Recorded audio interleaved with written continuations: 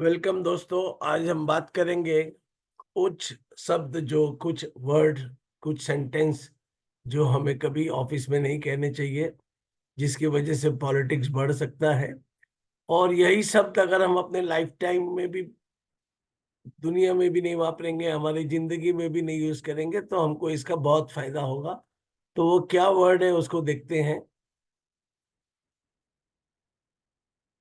कुछ सेंटेंस जो हम अवॉइड कर सकते हैं जिससे कि हम आगे बढ़ सकते हैं। ये शब्दों नहीं बोलने का फायदा है कि आप पॉपुलर होंगे, आप हिट होंगे, लोग आपको पसंद करेंगे, आप बॉस के फेवरेट बन जाएंगे और अननेसेसरी पॉलिटिक्स से बचेंगे। फालतू के पंगे नहीं होंगे, फालतू की स्ट्रेस नहीं होगी और ऑफिस में शांति रहेगी। पर एक सवाल आता है कि मुझे मेरी बात स्पष्ट रूप से कहने का अधिकार है। मैं तो हमेशा सच बोलता हूँ, मेरे को तो जो मन में आया वो सामने में बोल देता हूँ, मैं तो हमेशा सच की बात करता हूँ। ये बात ठीक है, आप अपनी मर्जी के मालिक हैं अपनी दुनिया में।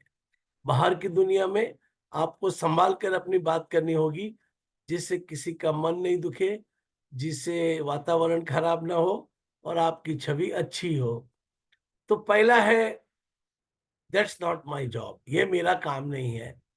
इसमें एरोगेंस और लेजीनेस झलकता है। इसकी वजह से फ्रिक्शन हो सकते हैं और इससे ये लगता है कि आदमी अपने काम के ऊपर या आगे जाने के लिए तैयार नहीं है। दूसरा, इससे ये भी लगता है कि टीम में सब कुछ बराबर नहीं है, टीम एक दूसरे को हेल्प करने को तैयार नहीं है। इसका नतीजा ये हो सकता है कि कुछ लोगों के पास ज्यादा काम हो जाएगा और कुछ लोग के पास वर्कलोड कम रहेगा। इसको पोलाइटली और प्रोफेशनल वे से में भी कह सकते हैं कि मैं करना तो चाहता हूँ, लेकिन मेरे पास काम करने का उतना कैपेसिटी नहीं है। मैं करना तो चाहता हूँ लेकिन मेरे को नहीं लगता है कि ये काम मैं कर पाऊंगा। मैं ये काम करने में कंफर्टेबल नहीं हूँ। मैं आपको इस काम में मदद नहीं कर सकता हूँ क्योंकि मेरे कुछ व्यक्तिगत कारण हैं। और इसके लिए अगर आपको इसका परमानेंट इलाज करना है तो आपको अपनी रिस्पॉन्सिबिलिटी क्या है इसको डिफाइन करना चाहिए।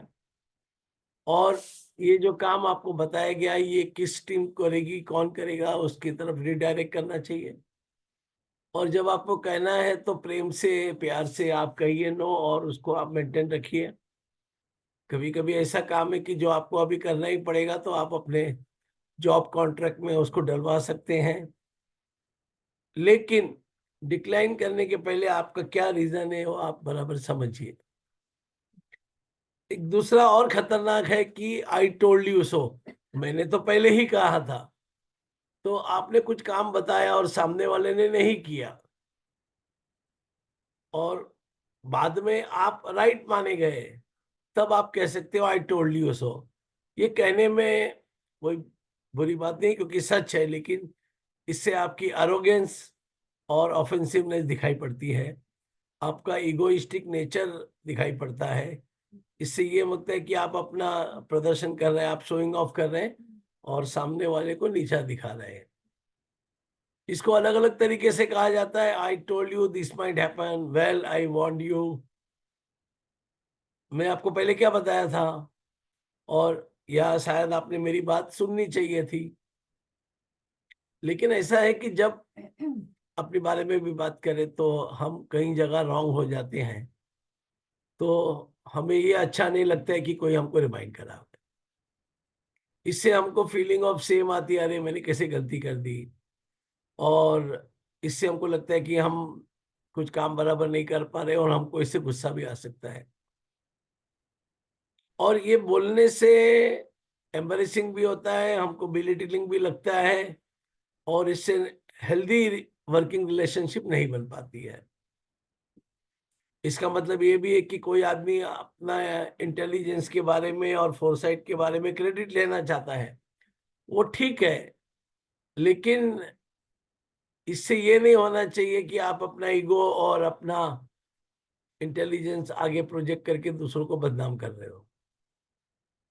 इससे और एक खतरनाक है, तीसरा है I don't have time for this. इसका मतलब ये भी होता है कि आपको सामने वाले से बात करने का इंटरेस्ट नहीं है या काम करने का इंटरेस्ट नहीं है, तो इससे एक डिस्कनेक्ट पैदा होता है। और इसको हम बहुत जगह यूज करते हैं, आई डोंट हैव टाइम, और इतना ऑटोमेटिक करते हैं कि हमारे रिप्लाई में आ जाता है। बट हमको ये नहीं भूलना चाहिए कि हमारे टाइम का कंट्रोल हमारे हाथ में है और ये हमारी जवाबदारी है। और जब तक हम ये सोचते हैं कि ये टाइम का डिस्ट्रीब्यूशन हमारे कंट्रोल के बाहर है, तो हम उतने ही लेजी बन जाते हैं। लेकिन आप पसंद करें नहीं या करें, आपका टाइम आपकी चॉइस है, आपकी जवाबदारी है। जब हम कहते हैं कि आई डोंट हैव टाइम, तो इससे क्या प्रतीत होता है कि आपने समय नहीं बनाया है, आपको समय बनाना नहीं आता है, मैं समय बनाना नहीं चाहता, मैं सब काम करना और मेरे कमिटमेंट पूरा नहीं करना चाहता हूं, मैं अपना टाइम और मेरी प्रायोरिटीज को सेक्रीफाइस नहीं करना चाहता हूं किसी नए काम के लिए। जब आप ये कहते हैं कि आपको टाइम नहीं है, तो इसका ये भी प्रतीत होता है कि आप दूसरों के साथ टाइम स्पेंड करने में इंटरेस्टेड नहीं है। और आप इसको इस तरह से भी कह सकते हैं कि I can't make it A priority right now, अभी मेरे पास बहुत काम है और मैं आपके काम को प्रायोरिटी नहीं दे सकती हूँ। मैं कर सकती हूँ अगर मेरा थोड़ा ये काम आसान हो जाए या कम हो जाए। तो इससे ये अल्टरनेटिव अच्छा है कि आपको ये मालूम नहीं कि आपका शेड्यूल कभी थोड़ा सा इजी होगा। और इसका फायदा ये है कि आपने बहुत ही जेंटल तरीके से बात किया है, बजाय कि सामने सामने बोलने के। तो समय जो है ये बनाना पड़ता है। और आई डोंट हैव टाइम का मतलब है मैं टाइम को बनाना नहीं चाहता हूं। और 10 वे जिससे कि आप टाइम को बना सकते हैं। पहला, जल्दी उठिए, रात को जल्दी सोइए, टीवी कम देखिए, रात को ही प्लान कर लें, और प्लान सब तरीके से करिए। जहां पे आप नहीं कर पाते वहां हेल्प मांगिए, और अपने टाइम को अलग अलग किस्तों में बांटिए, और जितना हो सके कमिटमेंट लेस करें, और अननेसेसरी टाइम के बारे में निगोशिएट मत करिए। जो आपने प्लान किया है वो किया है, और मल्टीटास्क करना बंद करें। इसके बाद एक है दैट्स इम्पॉसिबल, ये नहीं हो सकता है। लेकिन जरा सोचिए, किसी ने इसको पॉसिबल कर दिया तो। इससे आपकी इनसिक्योरिटी और आपको ज्ञान नहीं है ऐसा प्रतीत होता है। लेकिन किसी भी बात को कहना कि ये इम्पॉसिबल है, ये आपका अभिप्राय है, ये आपका ओपिनियन है, सच नहीं हो सकता है। और मैं तो यहाँ तक कहता हूँ कि जब मुझे पता होता है कि ये काम नहीं हो सकता, ये इम्पॉसिबल है, और कोई करना चाहता है, तो मैं उसको डिस्करेज नहीं करता हूँ, मैं उसको इंकरेज करता हूँ क्योंकि शायद वो कर ले। इम्पॉसिबल का मतलब है कि अभी तक आपने उसका सॉल्यूशन नहीं ढूंढ पाए हो, क्योंकि इम्पॉसिबल में ही छुपा हुआ है आई एम पॉसिबल। इसके बाद एक है इट्स नॉट फेयर, ये बात तो सही नहीं हुई। ये इससे आपकी नाराजगी और आप बहुत जल्दी चिढ़ने वाले दिखते हैं। इट्स नॉट फेयर तब कहा जाता है कि जब कोई स्टैंडर्ड को नहीं माना गया होता है, कोई कानून को, कोई न्याय को नहीं माना होता है, किसी की ऑनेस्टी या इथिक्स में कोई इश्यू होता है, कोई लॉ जो आपको अनफेयर लगता है। नॉर्मली सभी को वेज पॉलिसी अनफेयर लगती है जब उसकी बात आती है। कोई चीज अलग प्रोपोर्शन में चली गई है, कोई बिना बात के कुछ हो रही है, और आपको क्या लगता है कि ये बराबर नहीं है उसके हिसाब से भी, तो ये अनफेयर बात होती है। पर जब आप बोलते हो तो आपका एक अनहैप्पी मूड दिखाई पड़ता है, आप मैनिपुलेटिव लगते हैं, और आप अनसेटिस्फाइड लगते हो। इसके बाद है आई विल ट्राई। इसका मतलब है कि आप ट्राई करेंगे, लेकिन आप सर्टेन नहीं है आपकी एबिलिटी में कि आप ये टास्क को पूरा करेंगे या इसमें आने वाली तकलीफों को आप दूर कर पाएंगे।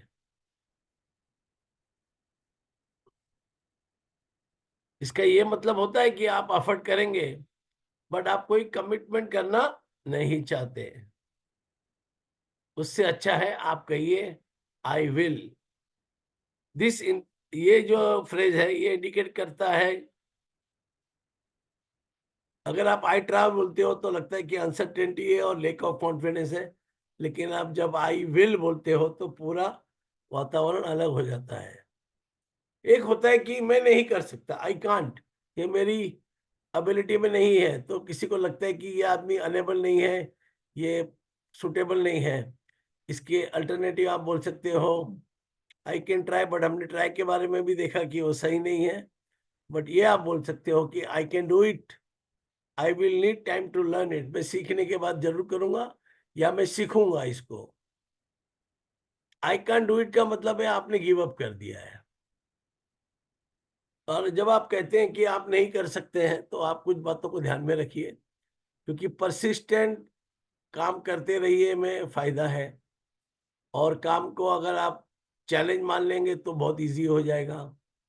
और जहां जहां पे आपको डिस्कम्फर्ट है वहां पे आपको कंफर्टेबल होना जरूरी है। और लाइफ में पॉजिटिव रहना और ग्रेटिट्यूड होना आपको बहुत आगे ले जा सकता है। और आपको ये सोचना चाहिए कि आप जब भी ये बोल रहे हो तो कहाँ से आ रहे हो, नेगेटिव वाले से आ रहे हो या पॉजिटिव वाले से आ रहे हो।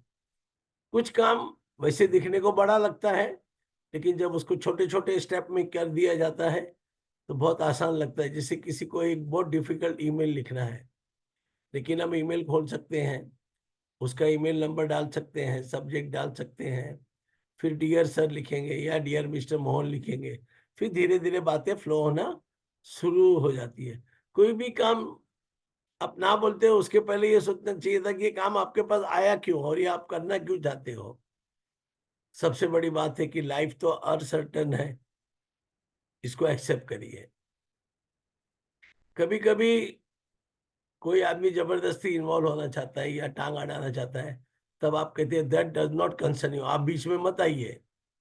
इसका मतलब है कि ये आपका बिजनेस नहीं, आप इसके बाहर ही रहिए। ऐसा सही सही भी हो सकता है, लेकिन सामने वाले को इंसल्ट फील होगा। उसको लगेगा कि मैं कुछ इनिशिएटिव ले रहा हूं और ये मेरे को डिसरिगार्ड कर रहा है। और इसको ज्यादा करके पब्लिकली सबके सामने नहीं बोलना चाहिए। इसकी जगह पे आप बोल सकते हो नो कमेंट, मैं इसके बारे में डिस्कस नहीं करना चाहता हूँ, मैं इसके बारे में कुछ बोलना नहीं चाहता हूँ। ये काफी हो जाता है।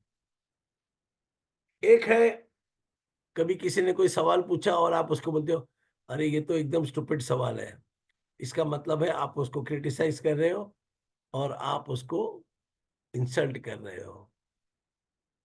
कभी कभी ये भी तुमने सुना है कि हमने तो हमेशा ऐसे ही काम किया है, तो कोई नया आइडिया लेके आता है, कुछ नया चीज लेके आता है तो हम बोलते हैं नहीं नहीं, हमारे यहाँ तो ऐसे ही काम होता है। तो इससे आपकी रिजिडिटी पता चलती है और आपका नॉन कोऑपरेटिव एटीट्यूड समझ में आता है नए कामों के लिए। और ये भी लगता है कि आप डोमिनेट करना चाहते हो कोई भी चीज को, क्योंकि same old thinking will give you same old result. जैसे यहाँ पे कहा है शिप डूब रहा है तो but we never done it that way, तो क्या हुआ, वो खुद डूब गए। यहाँ पे ये लोग हाथ गाड़ी में कुछ सामान लेके जा रहे हैं और बड़ी मुश्किल से ले जा रहे हैं, और सामने वाला उनको दो व्हील, आप उसको टायर बोल सकते हो, देना चाहता है, तो ये बोलता है नहीं नहीं थैंक्स, हम लोग काम अपने काम में बहुत बिजी है। तो जो ट्राइड एंड ट्रू अप्रोच है उसी पे लोग रहना चाहते हैं, कुछ नया ट्राई करना नहीं चाहते हैं। एक है यू शुड हैव, कोई काम नहीं हुआ और कोई काम करना चाहिए था और उसने नहीं किया, और जब कुछ गलत हो जाता है तो हम बोलते हैं अरे तुझे ये करना चाहिए था। ये बोलने से लगता है कि वो आदमी केयरलेसनेस है और उसको इंटेलिजेंट नहीं है।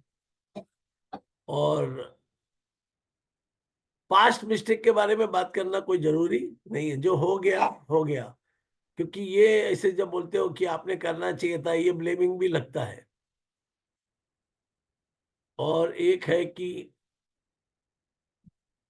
Doing that thing was a very good idea, लेकिन हमने नहीं किया तो क्या हो गया, ठीक है।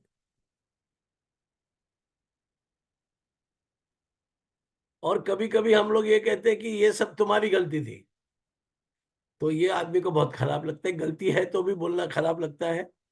और ऑफिस में या लाइफ में ये एक टीम वर्क होता है। हम किसी एक आदमी को ब्लेम नहीं कर सकते, क्योंकि हर आदमी की जवाबदारी होती है। और अगर हर बंदा जवाबदारी निभाएगा तो गलतियां होना डिफिकल्ट है। तो ये भी बोलना अच्छा नहीं कि ये सब तुम्हारी गलती है। अगर गलती है तो भी नहीं बोलना चाहिए, उसको इंकरेज करके आगे काम करने के लिए प्रोत्साहित करना चाहिए। आप उसकी 2 बार फॉल्ट निकालेंगे तो वो काम करना ही बंद कर देगा, और ये नेगेटिव भी लगता है। तो as a leader, as a this thing, हमको लोगों को इनकरेज करना चाहिए। उनकी गलती हुई, मिस्टेक हुई तो भी करना चाहिए। Thank you so much. और अगर आप इन शब्दों को इस्तेमाल नहीं करेंगे तो आप अपनी लाइफ में आगे बढ़ेंगे, आप ऑफिस पॉलिटिक्स में आगे रहेंगे, और आपकी तरक्की बहुत अच्छी तरह से होगी। धन्यवाद।